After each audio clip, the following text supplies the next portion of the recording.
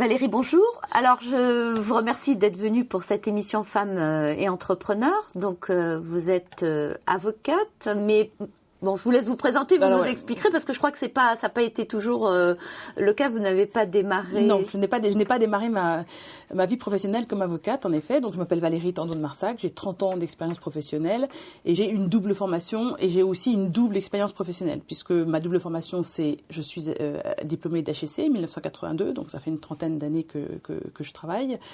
Et pendant les 15 premières années de ma vie professionnelle, j'ai travaillé en entreprise, dans des environnements d'ailleurs très divers, puisque j'ai travaillé dans des filiales d'entreprises publiques et puis également dans une banque d'affaires et enfin dans un groupe industriel franco-allemand.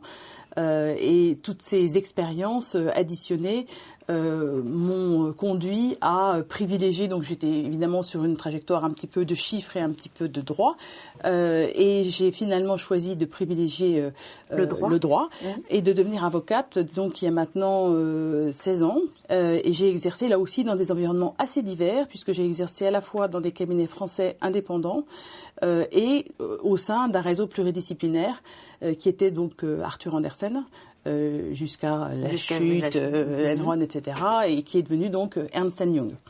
Et aujourd'hui, donc vous êtes associée du cabinet Jeantet. Exactement, je suis associée du cabinet Jeantet, au sein duquel j'ai créé une activité dédiée à l'entrepreneuriat et aux chefs d'entreprise, en ciblant deux catégories qui ont beaucoup de points communs en réalité, qui sont à la fois les entrepreneurs, donc primo-entrepreneurs si j'ose dire, et les entreprises familiales et leur environnement au sens large, c'est-à-dire actionnaires familiaux notamment. Donc vous êtes une Exactement. Preneur. Voilà, je suis intra-entrepreneur, je sais pas. Je crois qu'on dit intrapreneur, je crois. Intrapreneur, je crois. Voilà, oui. avec un E à la fin. Exactement. Oui. Bien.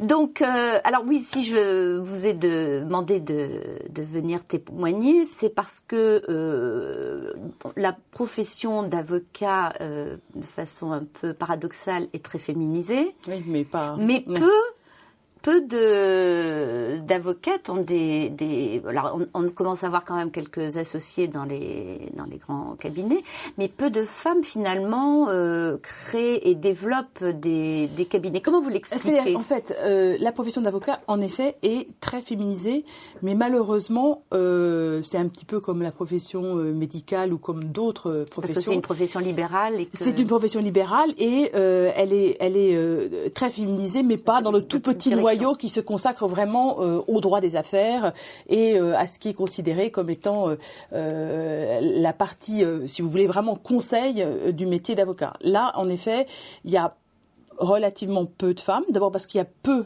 de cabinets en fait qui sont sur ce segment-là d'activité par rapport au très grand nombre qui sont dans d'autres domaines qui n'ont pas grand-chose à voir, que ce soit le judiciaire, le pénal ou même le droit de la famille ou des choses comme ça. Donc voilà, cette typologie de cabinet déjà en fait représente une minorité au sein de la profession d'avocat, 22 000 avocats à Paris par exemple. Oui, donc et dans cette minorité, c'est vrai qu'il y a comme partout dans le monde des affaires, on retrouve le phénomène exactement du plafond de verre. C'est-à-dire que même lorsqu'elles sont associées dans des grands cabinets, souvent les femmes le sont dans des domaines qui sont plutôt typés comme étant des domaines plutôt féminins. Donc les RH, on va retrouver des avocates en droit social. Vous voyez ce que je veux dire? On a gardé cette notion qui pour moi est une espèce de notion de place où les femmes sont effectivement plus présentes dans ce métier-là. La bonne question, c'est quelque chose qu'on peut changer. Est-ce que c'est pas aussi vous êtes bien arrivé à être associé d'un gros cabinet, à créer ce département spécialisé. Donc, alors qu'est-ce que... Mais moi, je pense que c'est quelque chose. Alors, il y a une autre exception, en fait, à laquelle je pense. Là où il y a quand même des femmes avocats associés, c'est dans les nouveaux domaines du droit. Parce qu'il y a des domaines du droit qui se sont développés beaucoup ces dernières années et dans lesquels il n'y avait pas vraiment de position déjà très, très occupée, comme par exemple exemple, tout ce qui est Internet, les nouvelles technologies. Là, on va trouver effectivement plus de femmes parce qu'il y a moins de barrières à l'entrée, si j'ose dire. C'est des territoires nouveaux, si vous voulez. Ils se sont positionnés sur des niches. Sur des niches, exactement. Voilà. Et effectivement, c'est plus facile pour elles de se positionner soit sur des domaines qui sont traditionnellement associés à des talents féminins, soit sur des niches qui correspondent à des activités ou des spécialisations nouvelles. C'est plutôt des questions d'enfermement dans des stéréotypes traditionnels et de difficulté à casser ces stéréotypes pour trouver sa propre place. C'est pour ça que je vous ai demandé de venir témoigner, parce que souvent, je rencontre des avocates, il y a deux profils, soit elles s'installent à leur compte, comme on dit, et c'est très difficile, sauf à être vraiment sur une niche, comme vous l'indiquez, soit elles sont quasiment, entre guillemets, salariées ou sont associées, mais avec un pourcentage tellement faible dans le capital du cabinet qu'elles sont quasiment considérées comme salariées, parce que elles préfèrent ne pas avoir à faire la recherche de clients. Donc c'est vrai que des avocates comme vous, il y en a quelques-unes, heureusement, mais bon, c'est pas encore suffisamment. Il y a des métiers, si vous voulez, qui sont comme les fusions-acquisitions. C'est des métiers quand même qui sont restés encore très très masculins. Enfin moi, je connais bien le milieu puisque c'est celui dans lequel j'ai l'investissement, les M&A. Voilà, ça. Est-ce que vous n'avez pas eu justement par votre double formation quelque part aussi un avantage, parce que le fait d'avoir fait à la fois HEC et avocate, je pense par rapport à des personnes qui choisissent cette profession, alors d'ailleurs qu'ils soient hommes ou femmes, mais bon, moi je pense plus particulièrement aux femmes,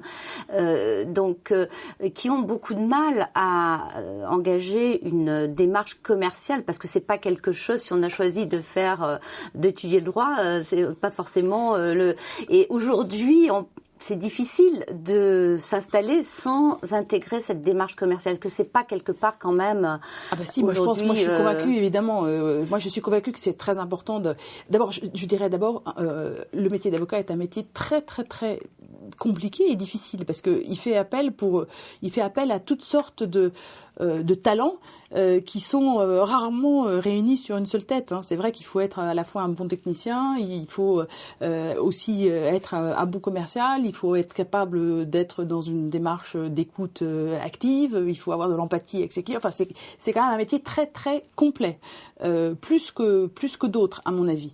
Donc en effet, moi je pense qu'avoir des formations qui permettent en fait d'avoir toutes ces cordes à son arc, évidemment, c'est un atout supplémentaire. C'est vraiment ce que je constate, parce qu'il m'arrive souvent de discuter avec des avocates qui s'installent et souvent qui me disent je viens vous voir parce que je sais pas comment trouver les clients, c'est très dur. Donc ce qui explique aussi qu'il y en a beaucoup qui choisissent d'être salariés ou de s'associer dans des cabinets pour pas avoir à faire cette Non, mais je confirme, c'est très difficile.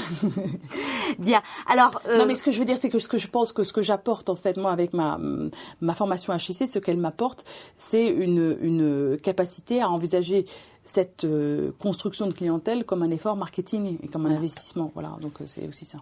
Alors donc justement, quel conseil donneriez-vous donc à ces avocates qui nous écoutent, qu'elles soient en profession libérale ou ou associées de cabinets, donc pour développer leur activité et puis accéder à des fonctions qui leur semble aujourd'hui peut-être inaccessible. Oser, évidemment, ça c'est la première chose. Oser bien s'entourer, oser prendre le temps de réfléchir à un positionnement différenciant aussi, parce que ça c'est important. Si on n'est pas en fait capable de se démarquer par rapport à la concurrence, et elle est de plus en plus forte, c'est un peu pareil dans toutes les c'est un peu pareil dans tous les métiers de service, c'est la même chose. C'est-à-dire qu'il faut bien construire son offre de service, et après il faut bien la packager, et après il faut bien la marketer, et après il faut surtout ne pas oublier de faire une chose que les femmes spontanément font assez peu, c'est de faire fonctionner des réseaux professionnels. Voilà. Donc. Alors, vous, pour justement faire changer les choses, vous avez créé une association, donc on va présenter plus en détail.